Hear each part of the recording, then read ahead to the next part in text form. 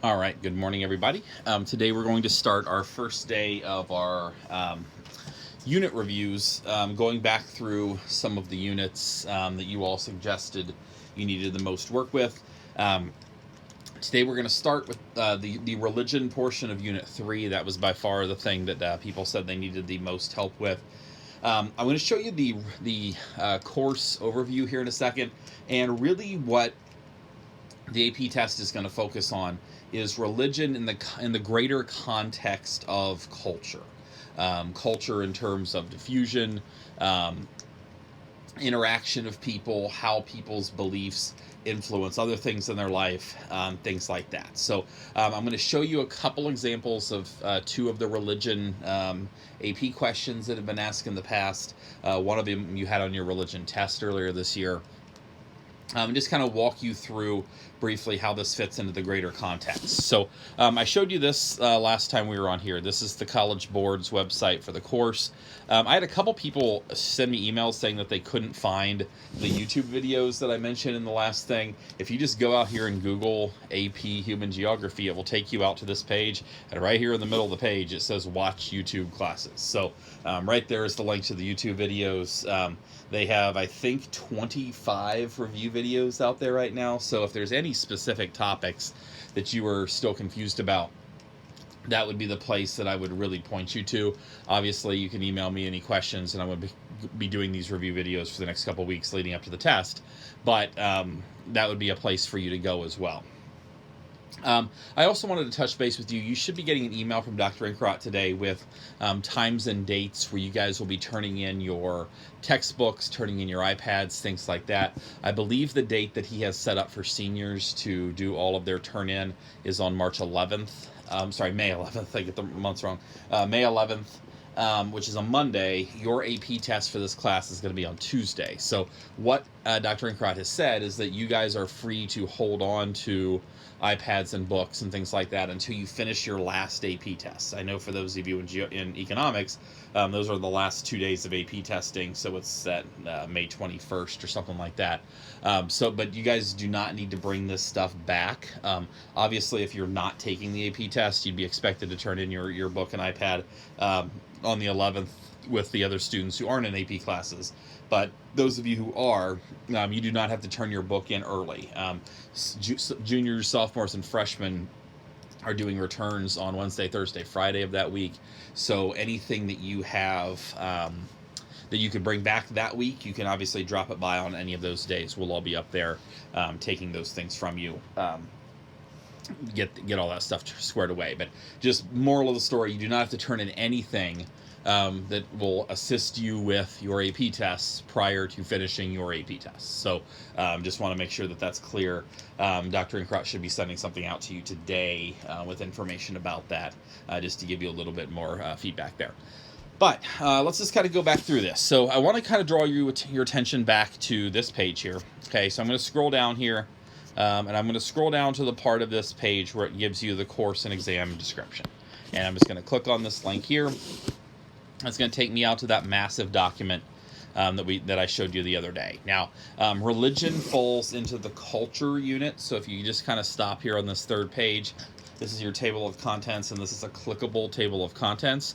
So if I go to Unit 3 and I just click on Unit 3 here, it will skip me ahead to cultural patterns and processes. Now, these are the things that they're going to expect you to know for the AP test. You obviously did your multiple choice progress check out on AP Classroom for this. I'm going to release today the free response question progress check for Unit 3. This is not something that you have to do for a grade. I'm just putting this out there in case you want a little practice on the types of questions that you could see on the test. Now, you will have 2 more assignments this week and first of next week, which will be your last 2 assignments for the quarter, which will be to do a couple of practice extended response questions just to get you in the habit, again, of writing to the stimuli that they're going to give you. But I wanted to kind of throw these out there so you had as much practice as you can. So Unit 3 free response question has been released. So you can go off the AP Classroom if you want to take a look at that and see that there. Now, what this site does is it breaks down the big ideas of what you're expected to be able to know. So if you see here on the left side, big idea number one, patterns in spatial organization. How does where people live and what resources they have access to impact their cultural processes? So let's look at this from the context of religion. We know that our big three religions all kind of started in the same place. Now, I'm not talking about our universalizing, so I'll come back to that here in a second. But we talked about those three religions that all started in the same place. So we had Judaism, and then we had Christianity, and then we had Islam, that all started basically in the Middle East. So Saudi Arabia, Israel, general vicinity, Middle East area. And the question then becomes, where did they go and why did they go there? So we talked about the fact that Judaism really didn't spread a whole lot outside of the Middle East. And it's because Judaism isn't a universalizing religion. Okay, Christianity came second. It was a universalizing religion. So Christianity slowly started to spread. So it spread first across Northern Africa, and then it spread up into Europe. Didn't really spread a whole lot to the east from the Middle East, but it did spread a little bit. And then Islam came later. And Islam kind of followed the same diffusion patterns as Christianity, which is why we had a lot of conflict between Christians and Muslims over religion in North Africa, parts of Europe, obviously in the Middle East. Now, really the only places we hear conflict between Jews and Christians and Muslims is in Israel. Because again, the two largest Jewish countries in the world in terms of percentage of their population who practice Judaism are Israel and the United States. So Judaism has only really spread through relocation diffusion, hasn't spread the same way as our universalizing religions have. So we'll kind of take a look at this.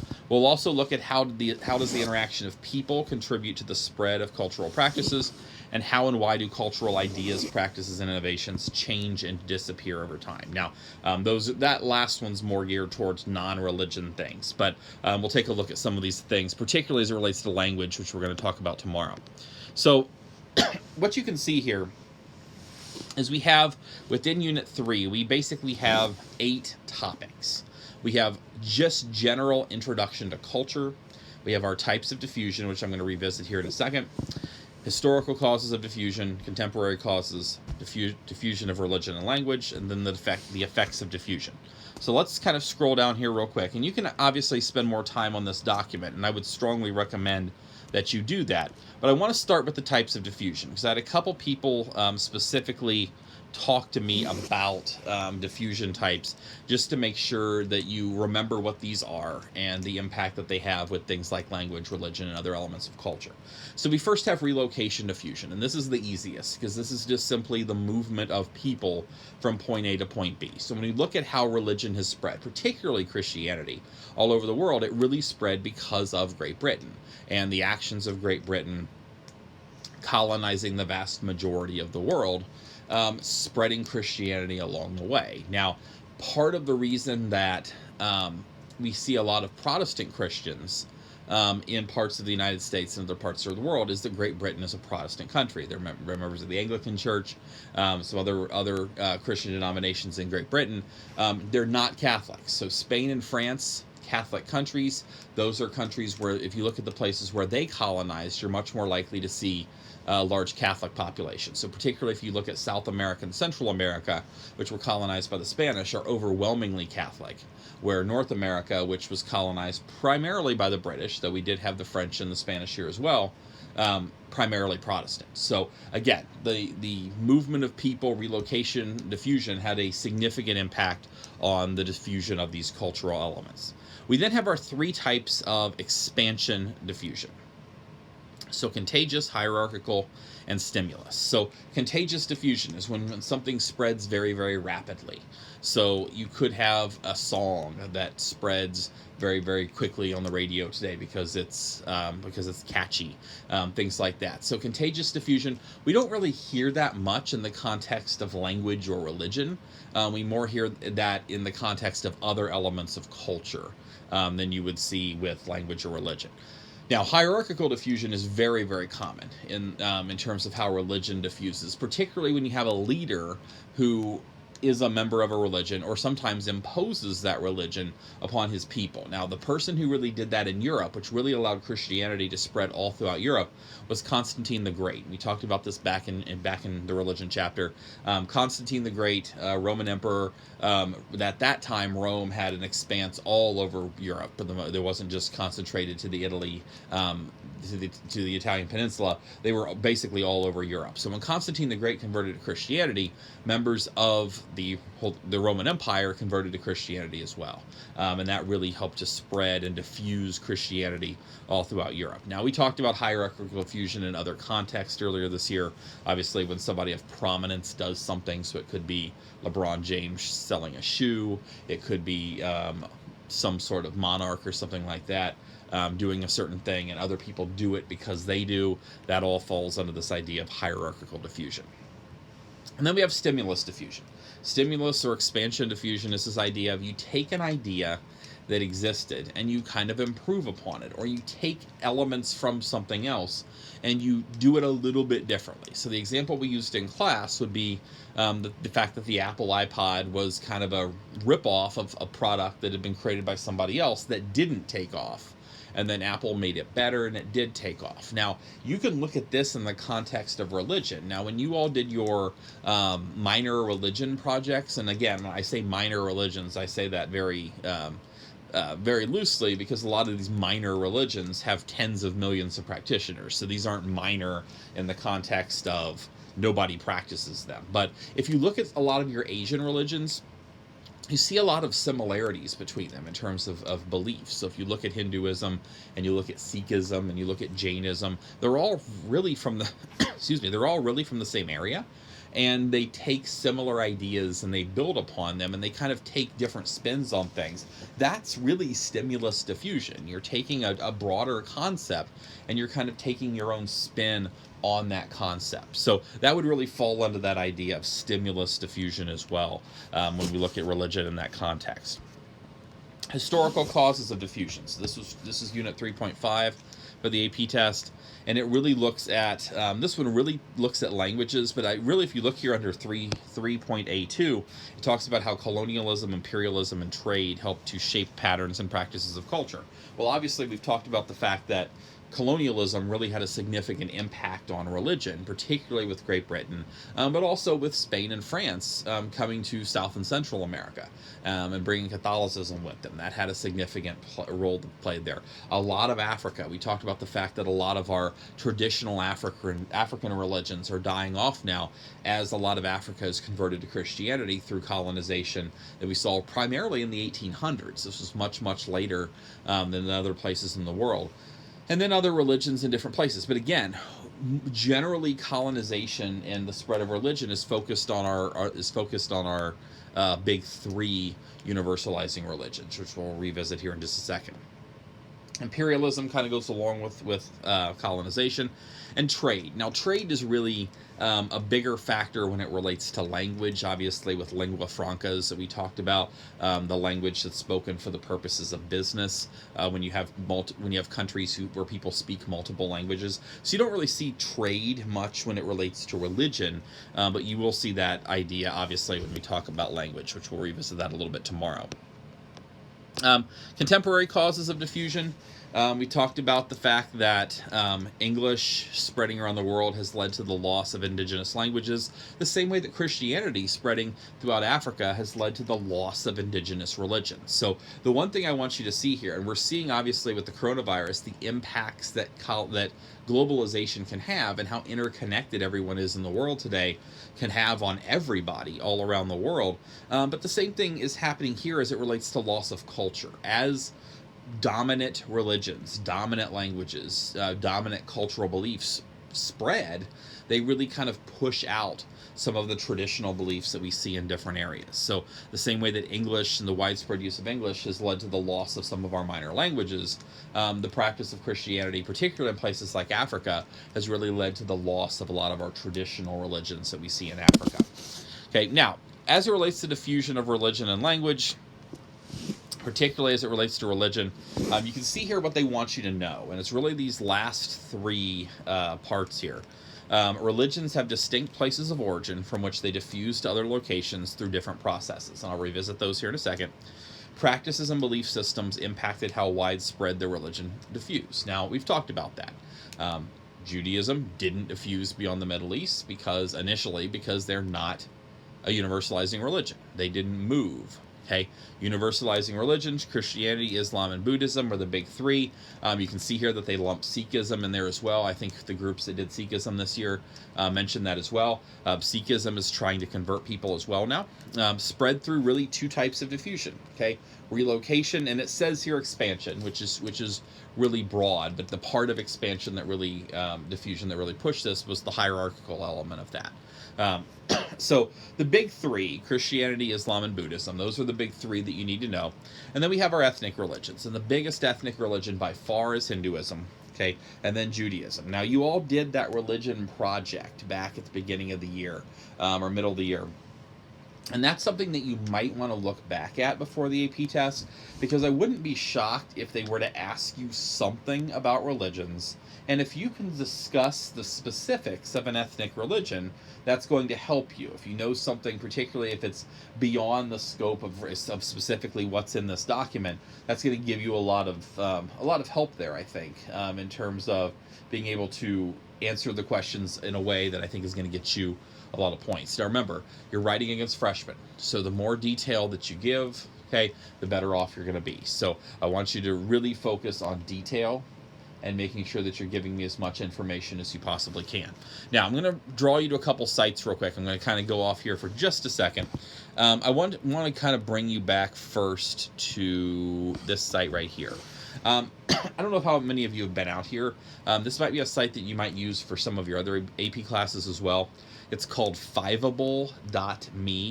So 5able.me. You can see that up there at the top. And out here it has a ton of review material for pretty much every AP test. But out here it really focuses on, there's a point on each site where it basically has every single, it's got information about the new exam formats, what will be on the test, things like that.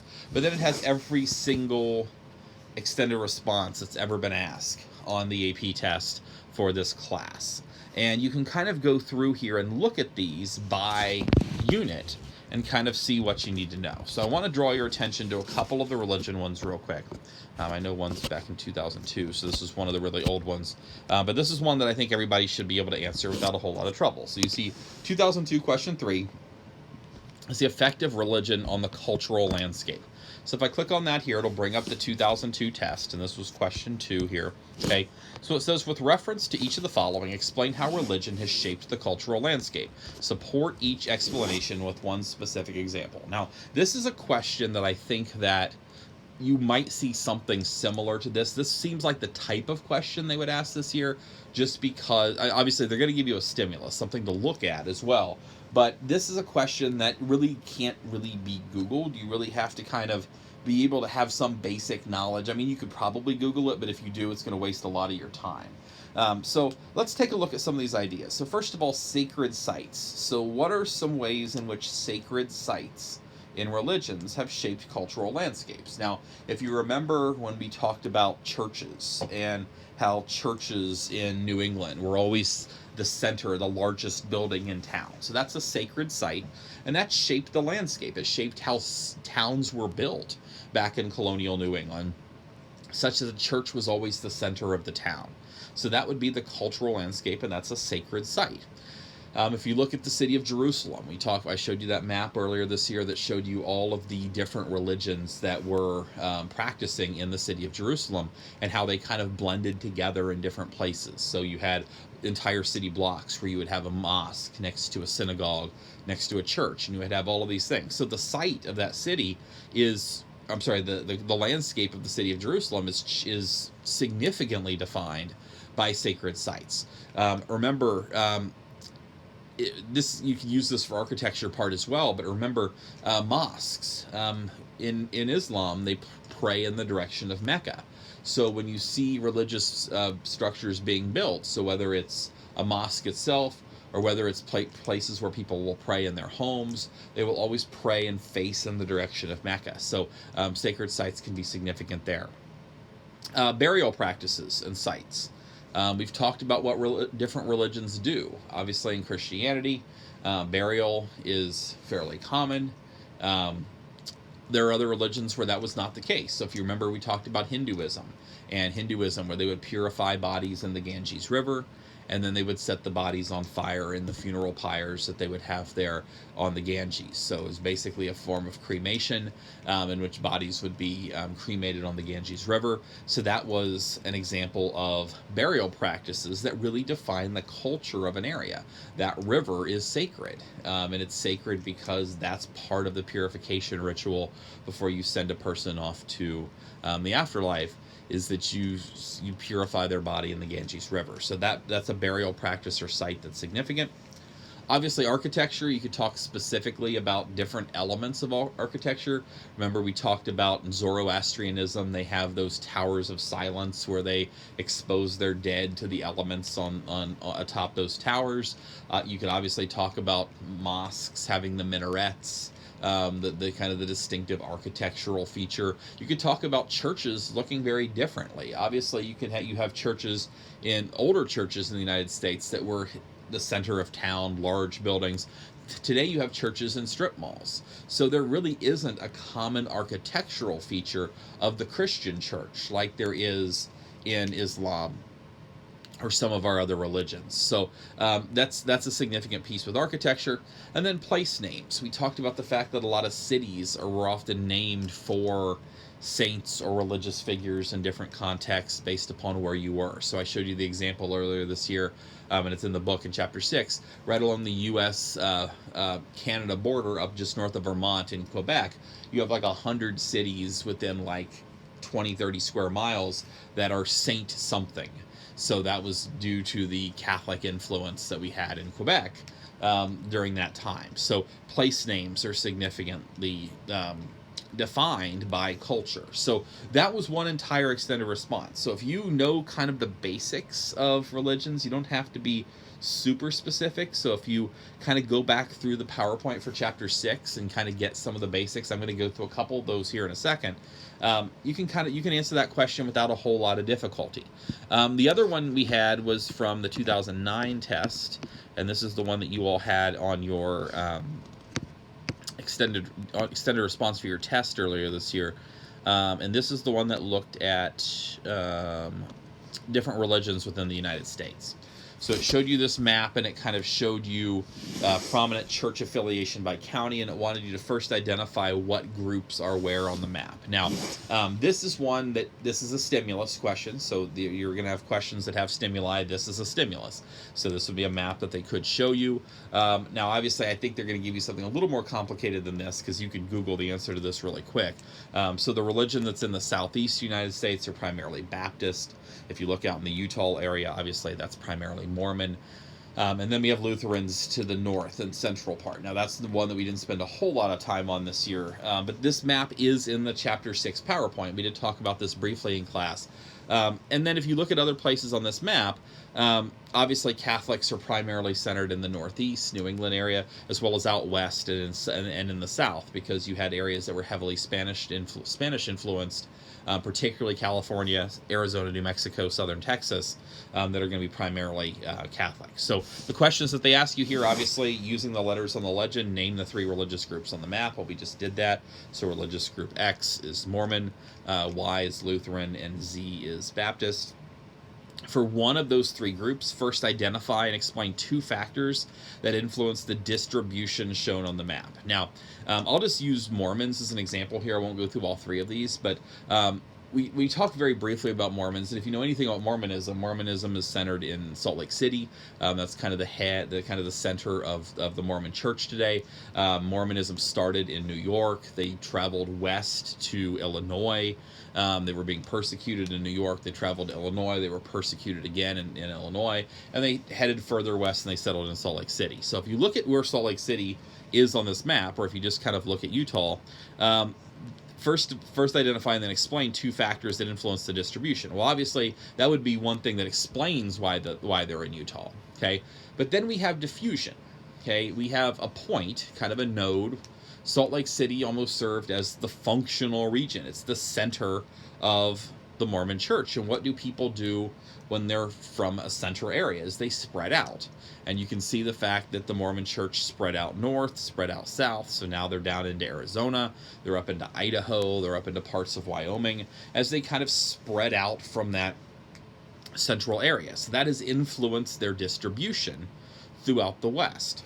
The other thing that's influenced their distribution, if you look at a lot of those western counties, those are very not populated areas. So if you look at those places on there, a lot of the counties on here aren't shaded in at all. In Ohio, what that means is that we have a lot of different religions, particularly in the area where we live. But out west, it's very easy for some of these counties to be majority Mormon if there's only a couple thousand people who live in that entire county. So that has kind of influenced the distribution on the map as well. It's a lot of those counties that are shaded black out there, once you get outside of Utah, are very tiny counties in terms of population.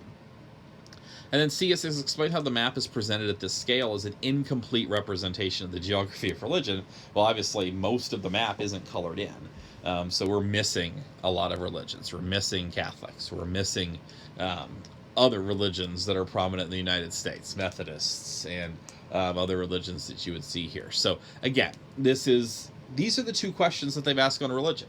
Okay, that's it. So in the course of the entire time that this class has been offered, these have been the only specific religion questions that they've asked. Now, with that being said, if you go back through here and you look at this, you will see other things that were from Unit 3. Okay, there's religion clusters. Let me go back to some more recent stuff. We had questions back in 2018 on cultural diffusion. Obviously, you could work religion into that. Lingua franca with English back in 2015. So if you kind of look at the cultural diffusion question, you can see how you could work religion back into this. So if I pull up this question here, okay, cultural diffusion. Okay, this was just our terms in pop culture that you all had on your test earlier this year. It talks about how those terms would diffuse through each of those different types of diffusion, barriers to diffusion, things like that. Well, obviously, barriers to diffusion in this context is wanting words, but you could talk about barriers to diffusion in terms of religion as well. So obviously, when Islam tried to spread, one of the barriers to diffusion was Christianity had already been established in certain areas. Why were the Mormons persecuted in New York? Well, particularly in New York, and when they moved out to Illinois, Christianity was already established as the dominant religion in those places. So when you had a time when our country really, even though we had religious freedom, was not terribly accepting of different religions, you had this new religion which had a lot of, even though some say it's kind of an offshoot of Christianity, it's not considered to be part of Christianity, people were not accepting of that. So we saw kind of movement of people and diffusion in that context. Hey, let me just pull up real quick, and I'll be finished for today, the Chapter 6 PowerPoint. So I want to talk about a couple things real quick. Obviously, make sure you know the difference between universalizing and ethnic religions. Universalizing attempts to spread, ethnic does not. Christianity, Islam, Buddhism. This is kind of a map that you can kind of see exactly what I was talking about there. So yellow are Catholics. So you can see in the United States, if you look out west, with the exception of the Mormon area, primarily Catholic, and then basically all of Central and South America is Catholic. The orange are Protestant religions, so that would be most of the center part of the United States in the South. And then Protestant religions dominate Canada, mainly because of the British influence from there, with the exception of Quebec and some of the provinces around Quebec. If you look at the yellows and the oranges in southern Africa, what you can see is the influence of colonization there. Orthodox is our third branch of Christianity, which I'll revisit that here in just a second. And you can see Russia and a lot of Eastern Europe are members of the Orthodox Church. That's Christianity as well. And then you see some of our Asian religions that are scattered across Asia. I don't think they'll specifically ask you about a lot of the religions you see scattered around Asia, because there's a lot of them. But they could definitely ask you about the branches of Christianity. So remember, these terms here, branch and denomination, are kind of the big two that you need to know. So a branch is a large fundamental division within a religion. So Catholic versus Protestant. That is those are branches of Christianity. Denominations are kind of subdivisions of our branches. So obviously, if I have Protestants, I may have Baptists, and I'll have Methodists, and I'll have Lutherans, and those are all denominations of Protestant Christianity. So that would be denominations. And then a sect is a group that's kind of broken away from an established denomination. Now, some people consider Mormonism to be a sect. Best example here would be in Islam, Sufi. It's kind of a mystical Islam. That would be considered a sect. Now, remember, three major branches of Christianity: Catholic, Protestant, and Orthodox. The vast majority of Christians around the world are Catholic. 51% of the world's Christians. 24% are one of the Protestant religions, 11% are Orthodox. Most Orthodox are in Eastern Europe and in Russia. Again, here's that basically that same math that they put on the AP test was in our book as well, so you can kind of get some things from there. Remember our two branches of Islam, Sunni and Shia, or Shiite. So basically, they split on who they believed was the successor of Muhammad. That was the big split there. Was it Ali or was it Abu Bakr? That was the big split between Sunni and Shiites. They're not going to ask you specifics about those religions. They could ask you about different branches of religions, something like that. I don't see how they could do that on this year's test. Really, what they're probably going to ask you is diffusion of the religions, if they're going to ask you anything. But Sunni and Shiite are our two branches of Islam. You can see where Islam is really centered, starting in the Middle East, spreading outward like all religions do, like anything does. And you can see that they had a lot more success in Northern Africa than they did moving into Europe, because they really butted up against powerful Christian forces in Europe, particularly with the Roman Catholic Church and the Roman Empire. They didn't have as much opposition to the spread of the religion in Northern Africa. Buddhism, we have our three big branches of Buddhism. Again, they're probably not going to ask you these. Mahayana, Theravada, Vajrayana, is the third one. Okay, and Buddhism, primarily China, Mongolia, and a lot of our Southeast Asian countries down there. Again, China's 40 to 79% Buddhist here. There's a lot of other religions that you see practiced in China on smaller scales there. Ethnic religions, again, the big two are Hinduism, which has 900 million adherents. Most of those are in India, Nepal as well. And then a couple of other terms related to religion will be finished for today. Syncretic religion is any sort of blended religion. So the best example of a syncretic religion would be something like Voodoo, which had a lot of our Haitian traditions that already existed, blended with elements of Catholicism when they moved there. In Asia, we see that as well. So Buddhism was a universalizing religion, and you see elements of Buddhism in Confucianism and Taoism and some of the other religions we see out there. And then animism. Animism is when the belief that some sort of object has spiritual power. So we see that obviously in a lot of our African countries. We see that with Native Americans, with different things, like it could be a totem pole, something like that. Some sort of inanimate object has some sort of spiritual power. That would be animism as well. You can see the kind of the loss of African traditional religions here as Christianity in particular spread across Africa. Judaism, we talked about. The big two Jewish countries in the world are Israel and the United States. That's part of the reason for the close relationship between those two. And then here's our diffusion. And again, this is where I would really focus on. This would be something I would expect they would ask you possibly something about diffusion on this year's test. But you can see that they all kind of started in the Middle East and they all spread out. So you can see if you look at we'll start with Christianity. If you look at the purple, kind of starting there in Israel, spreading into Europe, spreading into Africa. And that happened in the 8th century. And then Islam came later. And you can see that particularly in North Africa, oftentimes they pushed Christians out.